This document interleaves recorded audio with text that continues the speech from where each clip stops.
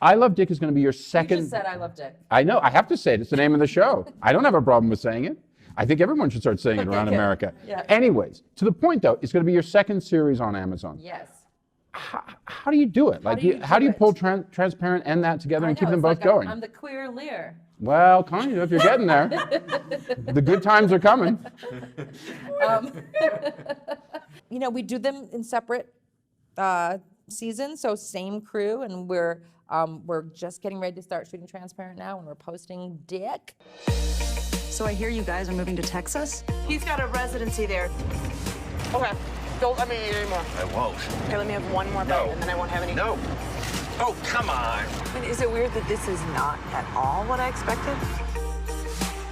You look great. If we didn't have to be somewhere, I would throw you down. Have you met Dick? Oh, there he is. Now, the pilot debuted on Amazon in the fall of last year, and it's based on Chris Krause's 1997 novel. But give people a sense of what the show's about. Well, the most fun, sexy way to talk about the show is these guys play a couple, a heterosexual couple, who kind of become obsessed with this man. At first, it's kind of a fantasy, and then it kind of becomes real life, and wow, what happens? And it's like a soapy, delicious comedy, psychosexual comedy set in an art town. Nobody makes psychosexual comedies. Not in Texas. Well, not in Texas. They make psychosexual thrillers. Then again, you can make one with Norman Lear. There you go. Totally. So, Kevin, explain a little bit about your role as Mr. Dick. I think he's a fascinating, multi-layered kind of character, but not a character that you really quite understand right away. So a lot of what's been fun about this first season is just kind of peeling back little layers here and there, seeing some stuff, seeing some private moments, seeing the way that I react to a woman, the way that I react to a man, the way that I react to my celebrity in this small town, and also to my art. Jill, you're very open about you want to bring discussions of gender, you want to bring discussions of culture, you want to bring discussions of class, you want to bring discussions of representation into your work. I Love Dick, the title obviously gives away that a little bit of that's going on. How exactly is this a discussion of patriarchy, and how, for instance, is this discussion different than the sort of things we've seen you discuss in, say, Transparent? Well, we use the word dick almost as code for the word patriarchy, so it's really about all of the women in the town who are inspired by one woman's artistic revolution. And we talk a lot about how art and desire are very similar. For a woman, she has to want to make art, she has to want to become a writer, and she has to want to become herself in this case. Her desire for Dick is intermingled with her desire to be known. And we also take a lot of care to make sure that we're telling an intersectional story. So there are multiple women in town, and we believe that it's like the female gaze equals the other gaze equals women, people of color, and queer people all having the right to be the subject instead of the object, which is a way to fight patriarchy. It's also very funny. Yeah, it's also very funny. I sound like a sketch character, Shofar Levy, women's studies professor. With that though, I mean, Amazon, that is funny or not, or what have you, that is not a show that would end up on the Big Four, and probably not even on cable. But your relationship with, I don't even think cable.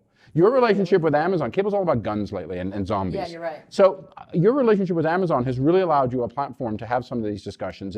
Why do you think that they're so open to this? I don't know, I feel so incredibly lucky. I love what Jeff Bezos is doing with all different ways of disrupting industries. And the simple truth is, when we're there working, there is nobody standing at the monitor with their arms folded trying to figure out if we got the take right, if we got it, if we did it right. We're really very free in this way that feels like film school. Mm-hmm. And so they understand that to allow us to sort of explore and take risks, they love risks, that ultimately our process will deliver them a product that will be unlike anything else. And we're just so lucky. You guys are debuting 3 episodes of I Love Dick on the 23rd. Yeah. Catherine, you've worked with Jill a lot. Mm-hmm. In fact, you guys came here for your award-winning Afternoon Delight. What, 4 years ago?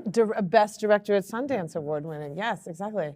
But how did you guys get involved with this project? I was just minding my own business. As you should be. And just going on with my life. And I knew nothing about dicks. And I happened to be in California, well, not knowing that they were desperately looking for the guy who plays Silver. This kid that I know is her son's roommate. And while Jill was in New York, she was asked, he was saying, oh, I was talking to this guy Griffin, and Yeah, I said, do you know anybody who can play this character? And he said, Griffin Dunn. And she went, Okay. why didn't I think of that? It was like a lightning bolt. The three of us were together. Oh, yeah. And you pulled his picture up on the We phone. all Yeah. were like, And we were like, Um, that's it. It was pretty late too. I think it was the day before our table read. it was the day before. So you literally got parachuted in. First of all, yeah, then next hour, Audition. the next hour was, I was doing Skype with Jill and Sarah Gubbins, and then they said, can you stay for the table read? And it was like, you got the part, it's so fantastic. And then I'm on my way to the table read. The manager goes, actually, they want to see, depending on how the table read goes. Oh my God. So sorry. if it's not a sure thing, if the costume designer says, we want you for your fitting, it means you got the part. But if nobody comes up, it means they don't. You know, you painted this beautiful repertory theater image. Like, that is hardcore. Oh no, it was like, and then of true, course these though. two don't know, and we're hugging. It was going to be so much fun, and I'm pretending it's going to be so much Wait, fun. at the table read, you didn't know you had the job. No. So then, were And, you like looking around for the costume designer every I month? actually thought, this is not going to be. Over your head. Yeah. Awful. I remember thinking, no, this is not going to be that story I tell about the costume designer not coming up to the table. And it wasn't. I said, this isn't going to be my biography here. This, that person. It was your part. So I said but I was talking to Kevin, and Kevin, the first words out of his mouth, he goes, I was leaving the house, and my wife goes, good luck at the table read, because they replace people from table reads all the time. And you were like, I didn't Oh my God.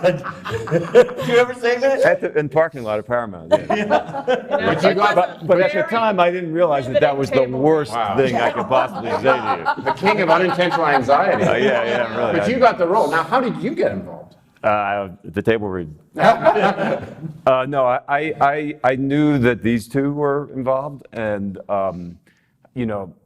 two people that I would dream of working with, and read this pilot that just blew my mind. I have to ask you this, because of all the years you've been coming, how has Sundance changed for you now? Wow, this is a very light and kind of ebullient feeling. We're showing this thing tomorrow, and we don't have that feeling of, God, I hope we sell it. So to do this kind of independent work and not be filled with anxiety, hoping that we can piece together foreign sales, Different experience. Yeah. It is. We can just be so proud to share tomorrow. It feels celebratory. So lucky. Yeah.